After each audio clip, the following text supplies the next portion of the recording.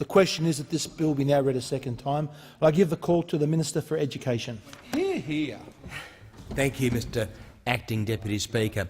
And I wish to speak briefly on the Paid Parental Leave Amendment Bill 2014 to respond to some remarks made in the debate by the member for Fisher earlier today. The member for Fisher, in his remarks, suggested that the reason that the paid parental leave scheme as proposed by the Prime Minister was going ahead, which of course is not the subject necessarily of these amendments, was because of the influence over the Prime Minister by his Chief of Staff, Ms Peter Credlin.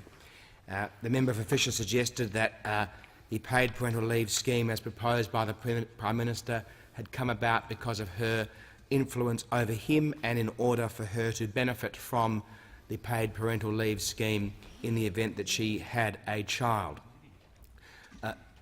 Mr Deputy Speaker, this is a very serious allegation made by the member for Fisher, and the reason I'm speaking on the debate is because, as the Leader of the House, it is appropriate that somebody senior in the government responds to the suggestions made by the member for Fisher. It's a cowardly statement for him to have made, it's a wrong statement for him to have made, and it's an ignorant statement for him to have made. Whether he likes the paid parental leave scheme policy or not, there are some basic requirements in politics, and one of those is that attacking staff who cannot defend themselves in this place is off limits. Now, the member for Fisher is a new member to this House, and I'm sure that if he had been aware of the basic tenets upon which the parliament operates, he would know that singling staff, whether it's opposition staff members or government staff members or even crossbench staff members, I keep saying the member for Fisher, I mean the member for Fairfax. I mean the member for Fairfax, Mr Acting Deputy Speaker. Poor old Mel Bruff. The member for Fairfax, the member for Fisher is not responsible for any of these statements. The member for Fairfax, however, is Mr Acting Deputy Speaker. That's clearly a matter of confusing seats on the Sunshine Coast. Easy to do. Which is easy to do. Absolutely. And similarly to the Gold Coast, where there are 3 seats, which I can sometimes confuse. But the member for Fairfax made these statements, and I assume that he has made them not knowing the import of attacking staff members, whether they are in the opposition or the government or the crossbenchers who cannot defend themselves.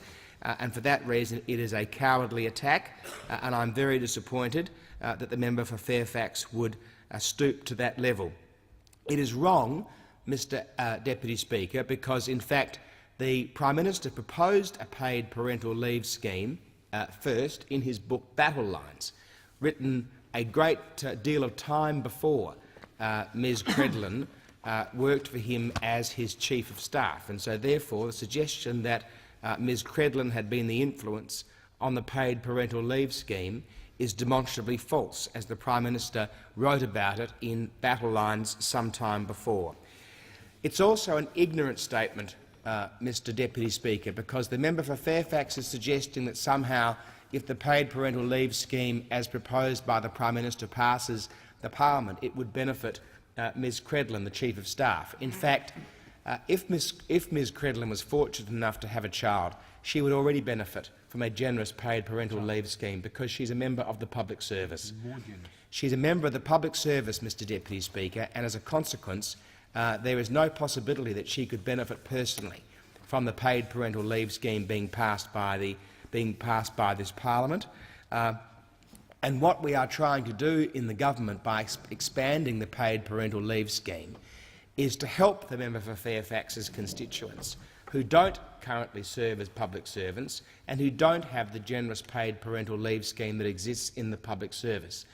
So the member for Fairfax's comment is an ignorant comment because, in fact, if he was to support the paid parental leave scheme, it would extend the benefits towards his constituents, who are women who give birth, in a similar way to those who currently in the public service receive the support of the taxpayer.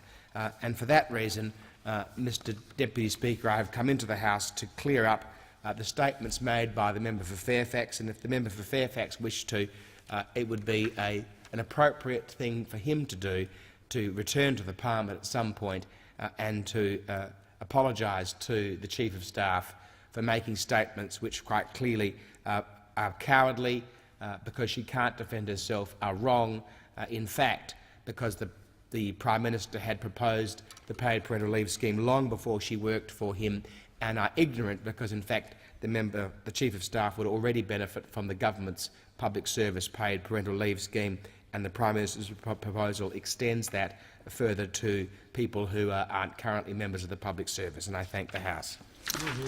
Thank the Leader of Government Business. The question is that the bill be now read a second time, and I call the member for Macon.